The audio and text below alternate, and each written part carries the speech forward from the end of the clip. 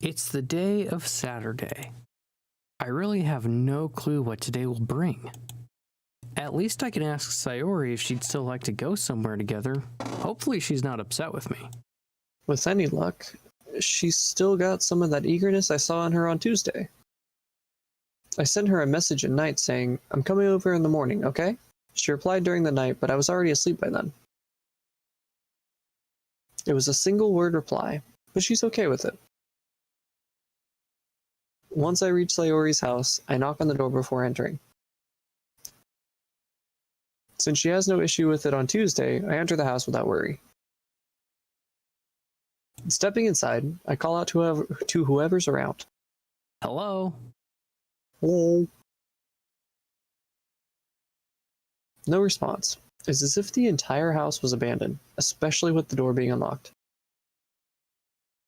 Like time has stopped. No noise. Where are her parents? Who are her parents? That's a good question. That's a very good question. Who is anybody's parents? I mean, I don't even remember what their occupations are, because Sayori barely ever talked about them. Seriously, are they working even on Saturdays? Since Sayori isn't anywhere on the first floor, she must be high up in her room. She's probably waiting for me, but I'm not going to let her jump at me like last time. I brace myself before grabbing the door handle. I gently open the door. She's gone. As I step into the room, it becomes glaringly obvious why she didn't respond to the door opening. She's just lying there, with her green bird plush between her arms and her phone slapped across her face. No wonder she only replied with, "Yeah." She probably went to sleep right after. Yeah. Yeah. I call out to her again, in hopes of waking her up. Sayori? Trying again, a bit louder this time, she still doesn't wake up. Shouting at her would probably be excessive, so I go in and sit down next to her bed to think of a better way. Sayori? Wake up, sleepyhead. There's no response. I'll try to take her plush. That ought to get her to respond.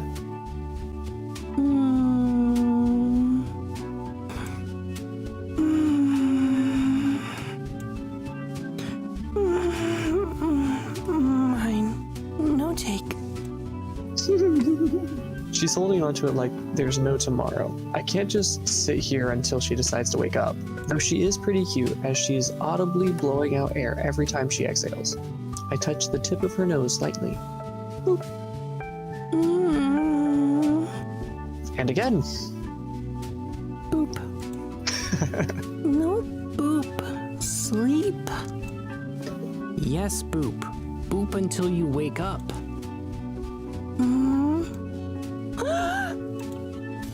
How'd you get away? How did you wake me up? Because I didn't want to sit here for hours while you're sleeping. I told you I'm coming over. I guess. She sits up in her bed and starts rubbing her eyes. While she's getting herself together, I look around the room. I haven't come over like this in a long time, have I? Huh? I guess you're right. It has been a very long time. Not much has really changed in this room. Sayori's room is as messy as it's always been. I also recognize the same stuffed animals and wall decorations that she's had for years now. Tucked away in the corner, I can even see her yellow shirt with the big paw mark on it. She used to wear it way too often when we were younger. When I used to come here more often, it wasn't such a mess. That's because you always ended up doing the cleaning. There's a minute of silence between us. So, what brings you here? I assume you didn't come over to tidy my room. Not that I would mind watching you clean up. Well, I just felt a bit guilty about leaving you behind yesterday. If you still want to, we could go somewhere. Oh, sorry. I just imagined you cleaning in a maid outfit. I rolled my eyes at Sayori's remark. Yep, I'd be into that. Wait, I mean going out. So, where would you like to go? I don't know. Letting out a brief sigh, I sit next to Sayori. I have to think of some place to go. There's more silence between us. Sayori stares in a random direction. I stand up, but she's still spaced out. Her expression is similar to when I saw her at the bus stop on Monday. Grabbing her green bird, I push it against her face to jolt her back to reality. Aww, Mr. Bird wants a hug? She grabs onto the plush and touches my finger in the process. What? An imposter. Attack. Sayori is trying to tickle me, but it feels more like scratching or a very bad attempt at rapid fingertip tapping massage. Are you trying to tickle me? I have no idea what I'm doing. Do you want me to show you how to tickle properly? Hey-oh. Hey-oh. Well, you really put me in a trap, Cubert. I kinda do. Permission granted. The tickle monster is set loose.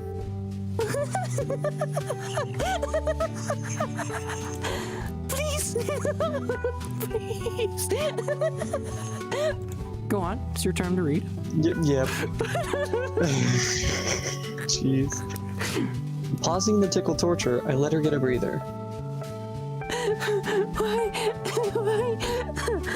Why'd you stop?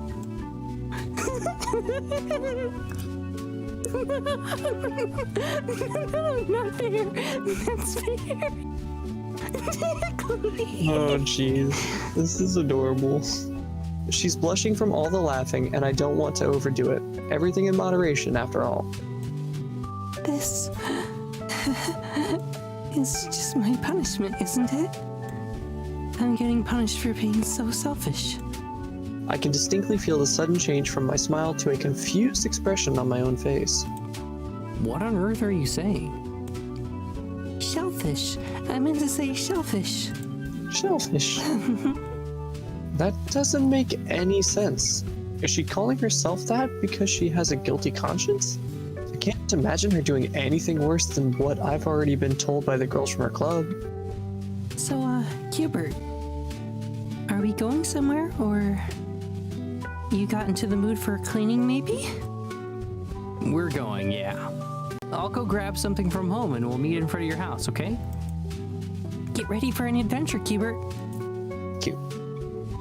She has room plants. I wave goodbye to her, avoiding any further formalities. It's not like anything is going to change in such a short time that would call for a special gesture. As I leave the house, the noise of my footsteps echo in the silent rooms. After leaving the silent building, I am greeted by the sounds of nature and the caressing warmth of summer sunshine. I'm filled with a gentle sense of optimism about things to come. Without wasting much time at home, I only spend a few minutes in my room before coming back out. Sayori is still not around when I get back to her house. I hope she didn't pick up the habit of spending ages on trying to figure out what to wear, especially since this occasion isn't even that special. We're just going for a walk. My train of thoughts is derailed as the gate opens and an unexpected sight appears before me. It's adventure time. Hmm? Are you spacing out again? Huh? No, I was just... You're not having second thoughts, are you?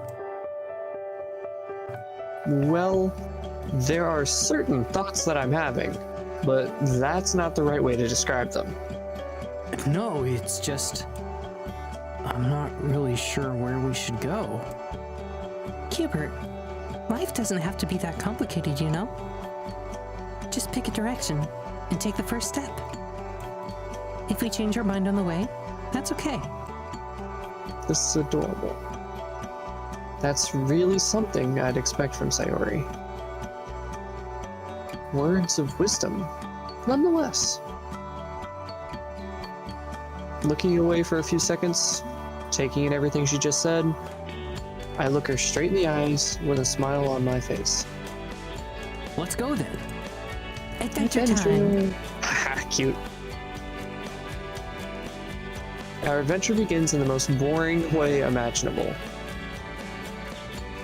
Walking on the same path I take to school almost every day. I want to go somewhere different. I want things to be different. We approach one of the streets I always pass by on my way to school. Oddly enough, I don't remember what's at the end of this road, even though it's so close to home. Unlike yesterday, she's very receptive to my suggestion of changing course. Like it didn't even matter where we'll end up. She'll follow me gleefully. On our way, we see a shop selling all kinds of baked goodies, and I know without checking, Sayori's gaze is locked on them. Let me guess. You're hungry. How'd you know? Because I literally woke you up an hour ago and know that you didn't have time for breakfast. I wish I had some SpaghettiOs in my pocket right now. Gross. It's kind of gross, yeah. I pause for a moment, waiting for her to give me an explanation. That doesn't sound like a good idea. I know that. I just wanted to say something funny. Sayori, you can't just say things out of context and expect it to be funny. Objection. What? Not gonna lie, that one made me smile. Come on, let's get breakfast. We go inside and browse the selection. So, Detective Kubert, if you're so smart, can you guess what I want to eat? Since you loved it so much when we were kids, cinnamon bun? Hey. Seriously, it's like you're using telephony. Telepathy? Telephony? What's the difference? A lot. The one I said is an actual word. You're like that little junk-collecting robot's grumpy cousin. What's that? A mean-e. I don't know why it's funny. I'm sorry. After getting our food, she immediately munches down on her cinnamon-covered pastries. I decide to hold on to mine for later. After all, it's just a matter of time until her tummy starts joining in our conversation. I don't recognize the houses we pass by while walking down the road, but this whole situation feels vaguely familiar. I'm not really one who walks around for no reason, so it's not surprising how little I've seen of this place so far. Even Sayori asked if I knew where we are, when we arrived at what almost looked like a cul-de-sac. However, there's a little forest path in front of us, offering an option to continue our trek off-road. Have you been here before, Kubert? Give me a moment. I need to check something. Just as I suspected, these are markers next to the dirt path. People often come hiking around here, which explains why there's such a big opening in the woods. Suddenly, I realized where that sense of familiarity came from. If adventure is what you're looking for, you've come to the right place. Come, follow me. But do you know where you're going? Trust me, I know. Okay. I trust you. That's cute. Oh, look at this art. Look at it. As we're walking down the path, I begin to recall my memories of this area. A couple of minutes have passed since we last spoke, so I decide to break the silence between us by throwing back her own question at her. Have you been here before, Sayori? No, and I don't know where this road will lead us. Letting go of the opportunity to correct her on calling the path a road, I started telling her about my childhood memories where she wasn't present. When I was a little boy, my parents took me on a hiking trip around here. I was a bit stubborn before we left the house, but once we were in the forest, it was kind of exciting. My dad always told me about all of the animals that live in the woods and occasionally pointed them out to me. Sometimes I was fast enough to see them. Usually I wasn't. Did you pet any of them? I wanted to, but wild animals are too afraid of us to come even in arm's reach. Really, it's more the little stories that stuck with me than the few things I saw. What did you see? Trees, mostly. No, silly, I mean animals. Well, there was this one time. As I begin to tell Sayori about the things I saw and heard in the forest, I see her usual juvenile expression turn into something I can only describe as childlike wonder. With her listening to me in silence and slowly walking by my side with careful footsteps, I get a strange feeling. Is this what it felt like for Dad to guide me when I was little? But enough about my stories. Why don't you tell me one you have with your parents? Huh? A story? You know, Like some trip you went on together. Well, let me think. She's deep in thought for a minute or so before speaking up again. I remember the last big trip. We went to visit some relatives in another city. There was this big, bouncy castle, and I played with one of the kids from that part of the family. Playing in a bouncy castle? How old was she when this took place? She was really mean and pushed me down the slide, threw sand at me on the playground, stuff like that. After that, we had a big family meal. We had hamburgers, potato chips, some sticky dessert, which I didn't even like. Then we came home. Wasn't that bad, I guess. How old were you? 12? That was 7 years ago. Yeah. Is that really the last trip you remember with your parents? Yeah. Why didn't you go anywhere since? Yeah. That's not a yes or no question. Oh, work, I guess. I always got the impression her parents were very busy people. But do they work so much as to have little to no time left for Sayori? Dad loves his job, but he occasionally has a day or two off and we all go and do stuff together. Isn't this what parents are supposed to do? Well, you still do other family stuff without traveling, right? Right? I just realized something. Hubert, did you know cereal is actually a cold soup? No, I thought it was a salad with milk as a dressing. She's obviously avoiding the topic. Maybe I'll try to talk about it later. The path becomes increasingly steeper as we near one of the hills. I don't remember what the view is like, but that could be because I was so much shorter as a kid. Sayori becomes excited about yet another simple thing as she spots the top of the hill not far from where we are. Last place is a dummy. She gets ahead of me and starts jogging up the hill. As she gets ahead of me, I notice something about her. Maybe I just didn't notice it before, or maybe it's that the shorts are a very good fit for her.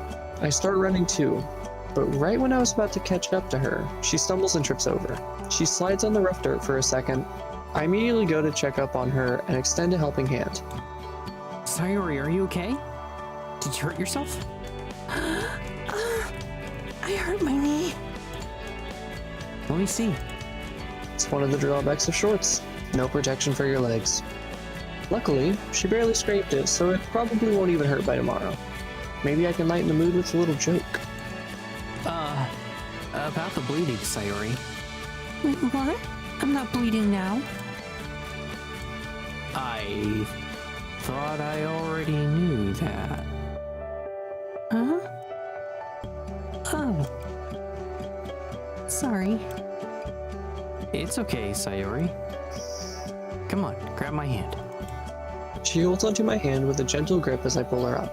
Her eyes are locked onto mine for a few seconds before looking away. Thanks. So, why don't we check out the view from the hilltop? Yeah, let's go. As we get to the top, I take a good look at our surroundings. At the hundreds, even thousands of trees and a distant mountain range. Another city lies beyond the forest. That is all there is to it. It's really nothing that strikes awe into most people. Sayori, being herself, really loves it and looks over it like it was a gift she just received. This is so pretty, Hubert. You like the view? I love it.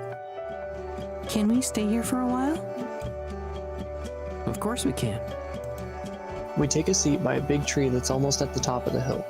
I don't know what the time is, but at this point, I feel it doesn't matter anymore. For a few minutes, we take in the view. Really, it's mostly Sayori who's enjoying it. I find it kind of boring after a while. Ring, ring, ring, ring. Moshi moshi, Sayori tatsu. Is your refrigerator running? No, because it's not leg day. Bye-bye. Click. Nice one. There's barely time for silence to set in before Sayori's stomach growls. It hasn't been more than a few hours since we ate. Didn't she have dinner yesterday? Hubert, Her next line's going to be, I'm hungry. I'm hungry. Called it. So what should we do? Well, I noticed you didn't eat your food yet. So I was thinking maybe we could share it?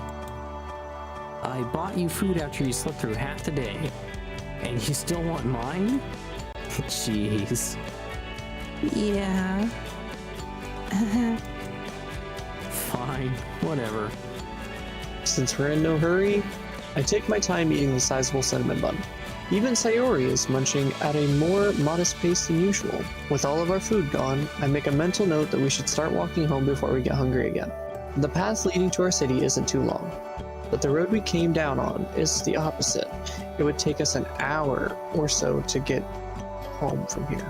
Still, I brush off my worries about the time and instead focus on our time together. What would you have done if I just said, I don't want to share? You're not like that. I know you, Hubert. People can change. I'm glad to see you're as cheerful as ever, but it worries me how you're still a bit of a klutz. Meanie?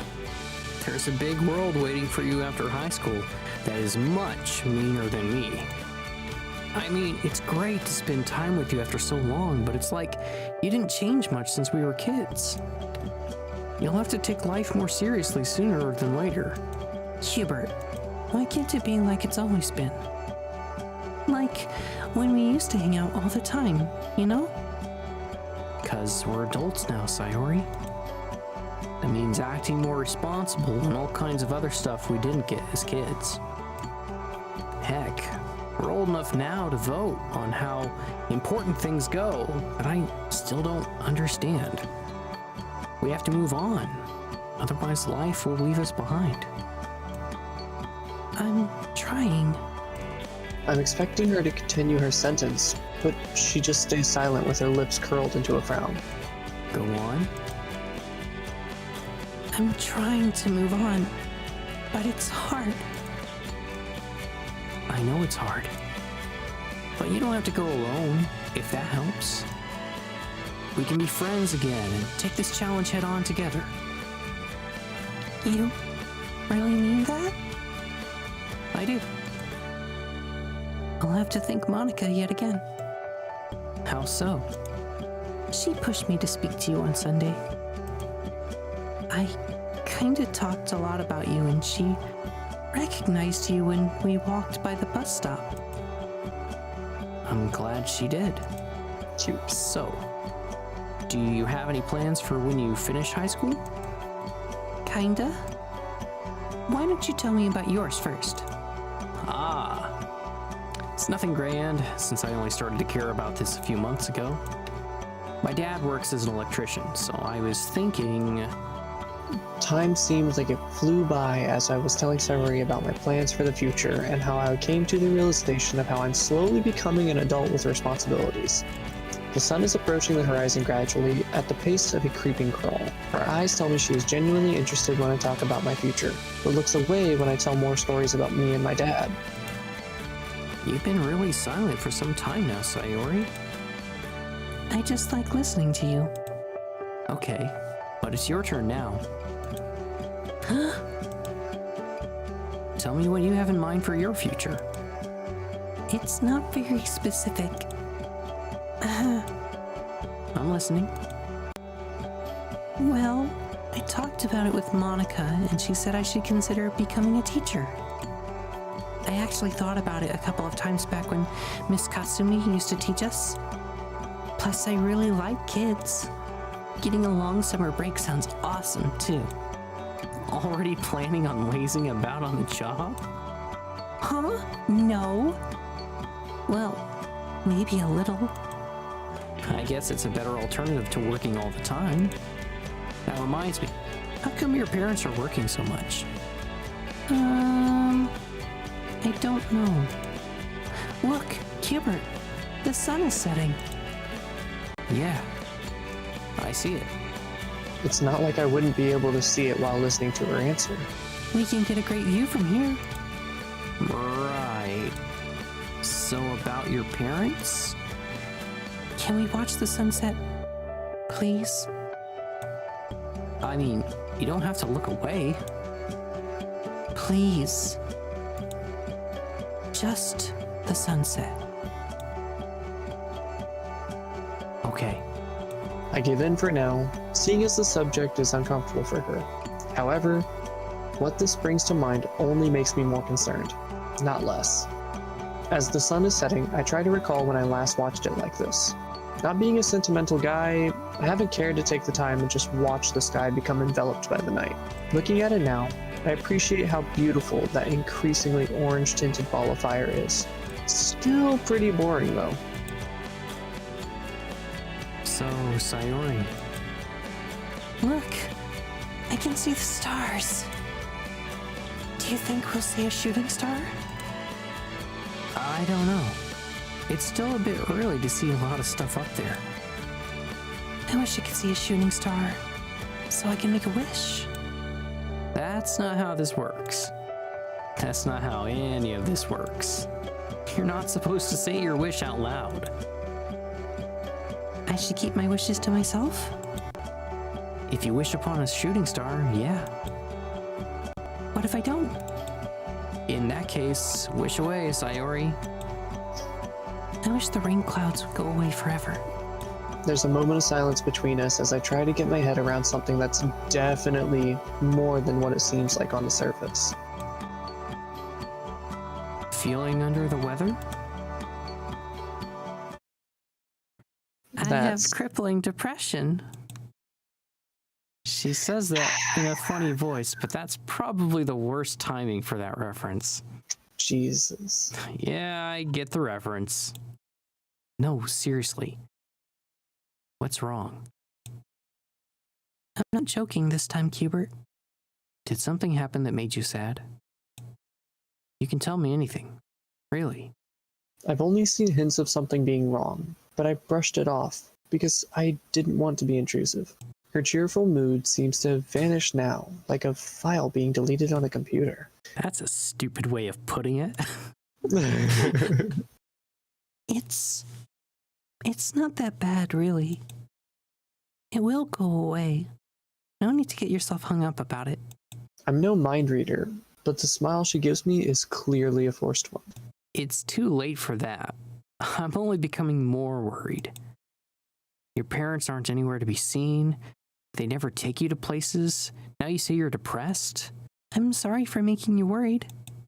Look, I don't know what's been happening with you in the past half a year or so. Now I feel I know you even less than on Sunday. So please, tell me what's going on here. Do you really want to get involved? I do. Okay, don't say I didn't warn you. Remember how we spent so much time together when we were kids? Did you ever wonder why I went over to your house so often? Did your mom and dad tell you? I never asked. I was just happy to have you over. My parents asked your parents a lot to let me stay over while they went about with their work. Sure, they sometimes took me with them, but it was awfully boring for me, so they just gave up on trying. I had other friends as well in elementary school, but only your parents seemed to accept me every time you were home. Then, as I got bigger, they didn't see any reason to not just leave me home alone. You still came over sometimes, which made me really happy. It still does. I didn't want to tell you this because I was afraid of becoming a burden to you as well. Just like I am to my parents. No, Sayori, you never were a burden to me. I don't know what the future will bring, but I'll be here for you and help you in any way I can. I don't know what I can do, but I promise I won't give up on you. I'm just glad you're here again. After all this time, you came back. Her eyes well up and her tears begin to softly sparkle in the dim moonlight. I take her into my embrace, hoping this is the correct first step in helping her. She's sobbing next to my ear, and her tears are flowing onto my shoulder like tiny droplets of rain. For a minute, I'm speechless, not wanting to interrupt and letting it all out. Who knows how long she's been holding on to it. She lets me go, and she shows a meager smile while brushing her hair out of her face. I give your shoulder a 10 out of a 10. Would cry on it again. That sounds like a biased review. I guess I'm biased towards you. Oh, that's cute. What's this weird, fuzzy feeling that I'm having? It's getting late. We should really go home. Getting hungry, Cubert? How'd you guess? 'Cause I'm starving. I think she's just trying to make light of the situation, seeing that we never really talked about anything like this. Is this why she was acting so immaturely, to brush off those bitter feelings? Maybe. But I feel I should let her tell me everything at her own pace. I light the path with my smartphone and consequently feel grateful for this tiny gadget because for once it's showing me the way instead of stealing my attention. Cute. On the way home, Sayori went into more detail about her depression. Contrary to how I imagined it, it's not constant sadness. It's more like a little voice in the back of her mind telling her awful things from time to time. These thoughts often made it hard for her just to get out of bed. She let me in on another secret. Her depression prevents her from eating regularly. Being around her friends helps her relax enough to get her appetite back, but it comes back much stronger. This on and off eating is really unhealthy, but her depression always convinced her not to care about it, or anything concerning her general well-being for that matter. After this revelation, I feel even worse about teasing her from thinking of her tummy so often. We luckily found a bus on our way home that took us closer to our street. As the vehicle took its turns, Sayori became even more cheerful again. It was only a few minutes' walk from the bus stop to our street. Then she said, you brought a boy? Way to ruin the atmosphere. Yo, Sayori. The night is dark and light is sparse, but not even that can hide Sayori's bright red blushing face. Not even nervous laughter comes out of her after hearing that. We arrive at her house, and I'm slightly torn after all that's happened today. It feels almost wrong to just say goodbye now, but I don't know what more to tell her. Maybe this. Thanks so much for today, Cubert. This meant more to me than you probably think. Before you go, Sayori, what was it again that you wished for? The rain clouds to go away. Forever. I'm not the one who has all the answers, nor do I have the solution for your problem. But until you get better, does this help? I open my arms as an invitation for her to give me a hug. And she takes me up on it. Cute.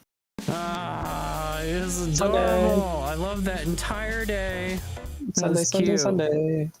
A week has passed since I first went to that pool with Sayori and Monica. Now, here we are again.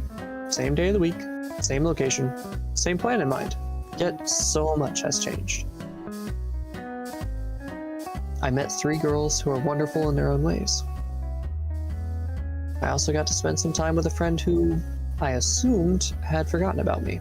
It's almost strange to think how big of an impact it had that I agreed to leave my comfort zone and go swimming with them. With all the items I think I need, and an optimistic outlook in my mind, I believe I'm prepared for anything this day can possibly throw at me.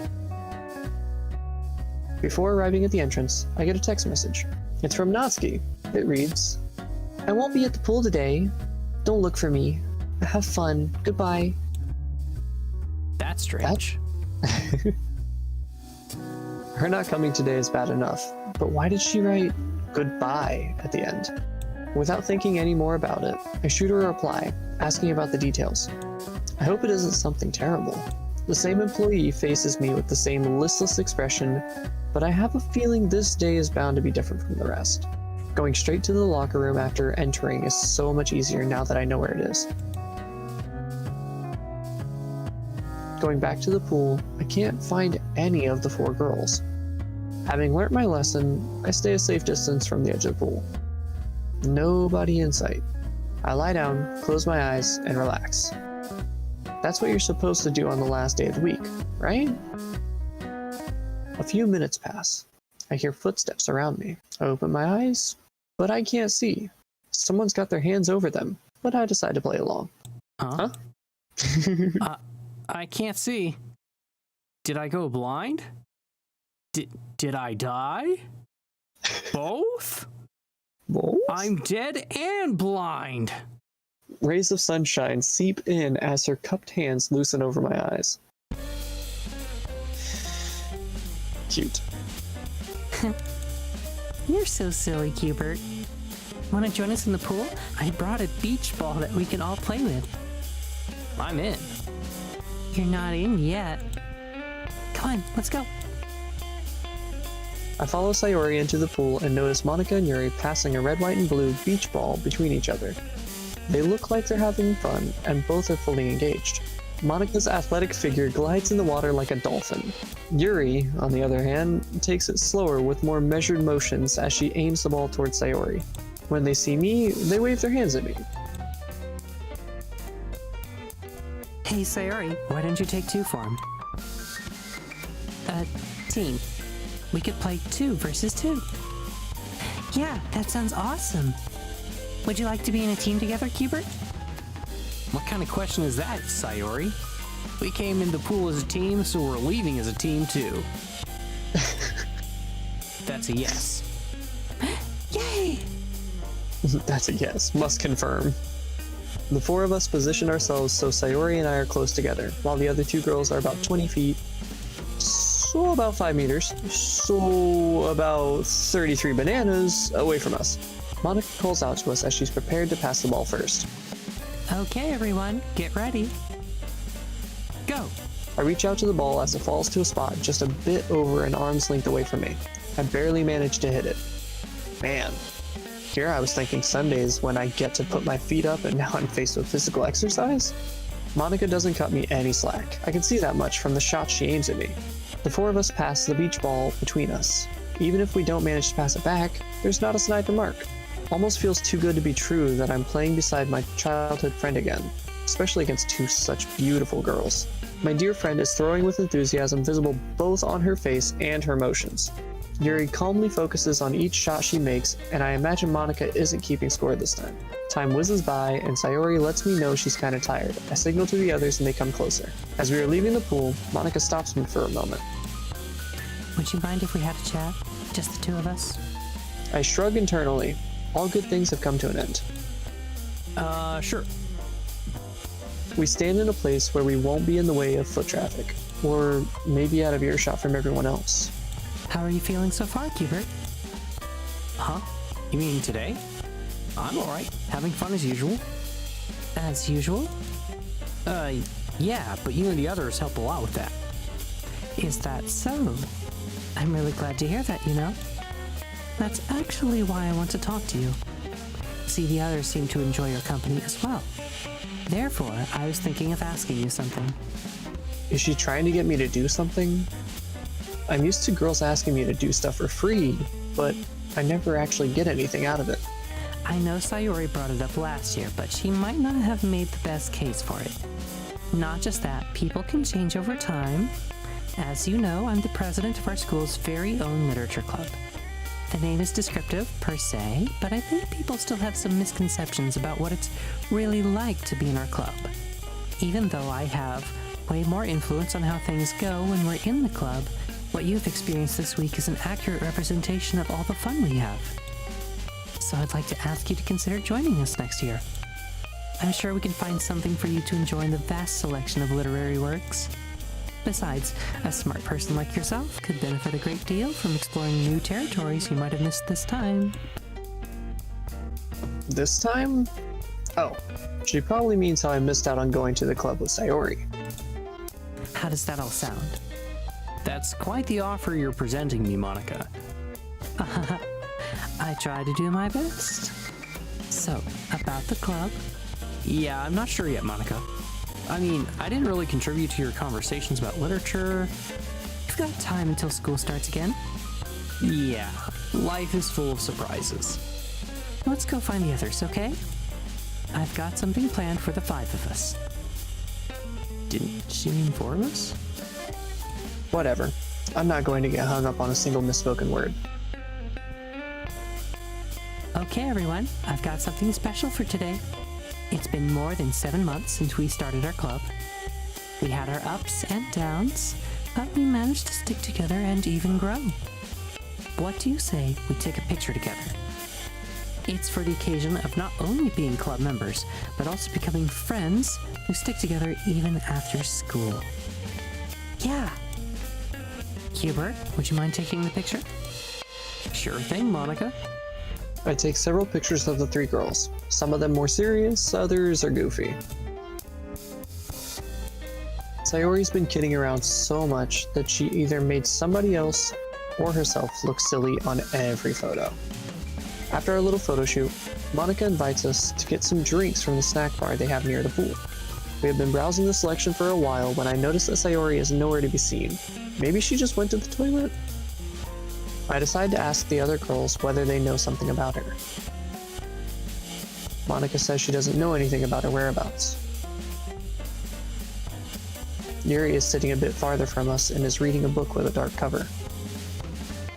I walk over to her, hoping she won't mind if I interrupt her reading session. She hasn't seen Sayori either. As each second passes, I become more worried. Sayori is still nowhere to be seen. Remembering the things she told me about herself yesterday causes me to get even more concerned. I'm honestly worried at this point. I decide to look for her in the bar. Maybe she just stayed there to browse for a little longer and I didn't recognize her among all the people. I thoroughly look over the room, but there's nobody who even resembles her. By now, it's been probably an hour since I saw her. I tried calling her on the phone, but I left it in the locker room. I go there next in hopes of finding her, or at the very least getting my phone and calling her. As I go to retrieve my phone, I hear some movement in the women's locker. Could it be Sayori? I knock on the door. Sayori, are you in there? No response. The room has fallen silent. Again, I try knocking, this time more forcefully. Sorry, is anybody in there? I'm looking for a friend. Dead silence. I swear I heard some movement just a moment ago. I stand there in front of the door, contemplating what to do for a minute. Finally, I knock on the door again, one last time, pausing for a moment before entering. I gently open the door. I swear to God, how many times am I going to see that sentence? Sayori is sitting next to her locker looking down at the floor. She has the same look on her face as when I saw her on Monday. Sayori. Before seeing her, I couldn't imagine what happened to her. However, this might not be the end of my worries just yet. She looks at me with a faint smile. I can only assume she was in a bad place before I came in. Were you about to leave? I don't know. Come on. Surely you know why you changed your clothes. Don't call me Shirley. The corner of her mouth curves up slightly, forming a meager smile, but with her eyes still locked on the ground. I just didn't want to get in the way of you enjoying some time with the other girls. Why do you think you're in the way? You like one of them, don't you, Hubert? I just want to see you happy, so I took a step back to let you... What are you talking about? It only makes me less happy if you take yourself out of the picture. Do you really mean that, Hubert? Of course. If it weren't for you, I wouldn't be here today. Yeah. I'm glad you came with me on Monday. It's not that. It's more than you inviting me. You're more important to me than you realize, Sayori.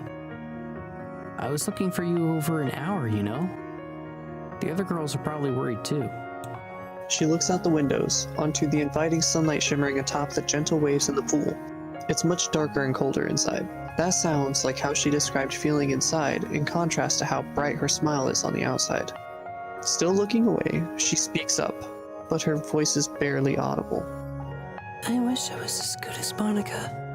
At the mention of her name, I don't feel the same excitement as before. In fact, I think I'm starting to feel that towards my friend. I snap my fingers. Your wish has been granted. But nothing changed. Correct. You're not just as good, Sayori. You're the best.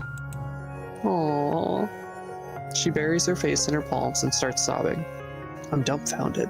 Despite all my efforts to cheer her up, I'm just making the situation worse. I can't. You're too good to me. I'm just a selfish little piece of... No, it's not selfish to want people to like you. I like you, Sayori. I really do. Every time we spend time together, you make my day brighter. Until not long ago, I didn't even realize how much I've missed you from my life. I will say it again and as many times as I have to. I'll do everything I can to help you. I promise. I'm just a young boy, but I'll do my best to give you shelter from those rain clouds. There's a meager smile across her face, but she's looking away again.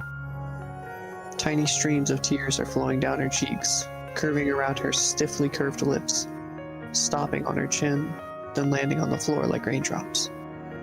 Thank you, Hubert. I'm just...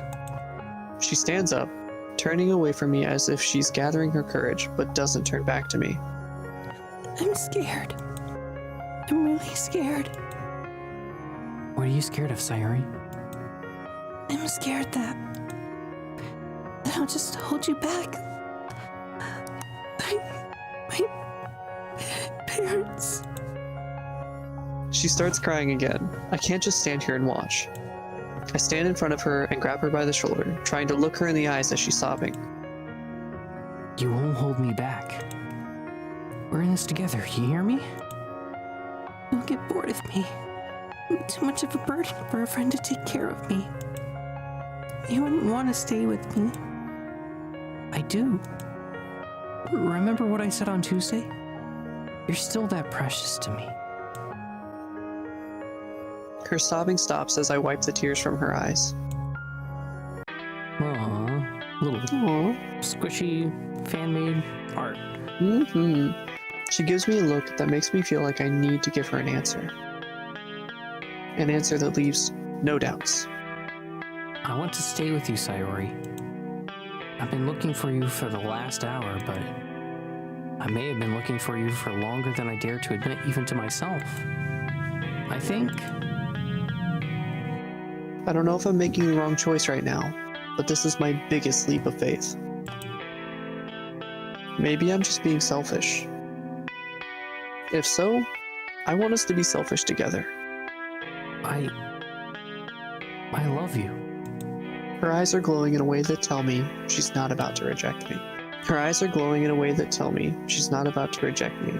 Her smile is genuine, and I can almost see her whole being become less tense. I take her into my embrace. She's holding me much tighter than yesterday. I can feel her tears on my shoulder, but she's not sobbing. She turns her head and whispers into my ear. I love you too. Is that it? Is that it? Do we just black screen out on that? I guess that's it. That's the end of this mod. I assume they have different endings, right? Yeah, there's definitely different endings, but I'm just like, I don't know how I feel about just completely ignoring the fact that Natsuki's at home. Yeah. With her face burnt in by a old man's knuckles. But like, aside from that, I really like the Sayori story, which we got 3 out of the 4 times. And the 4th time that we didn't get it was actually just because she wasn't there that day. Yeah. So accidental, pretty much pure Sayori one. Yeah. I really wanted Monica, but you know, it's fine. I don't think they're gonna give it to us. I'm sure if I looked at some sort of guide on the mod, we could probably Yeah, the mod manipulate probably things has in a our guide for favor. it. But hey, it was what it was. I enjoyed the Sayori route, and it's kind of It was interesting still how enjoyable. it happened organically. So I guess we gave Cubert that happy ending he didn't get from the first time. I see you there with that, Cubert. So yeah, it would have been really cool to get a Monica route, but hey, it is what it is. It's fine. I like that we organically got the Sayori route. It's cool. I liked it. I enjoyed it. Yeah.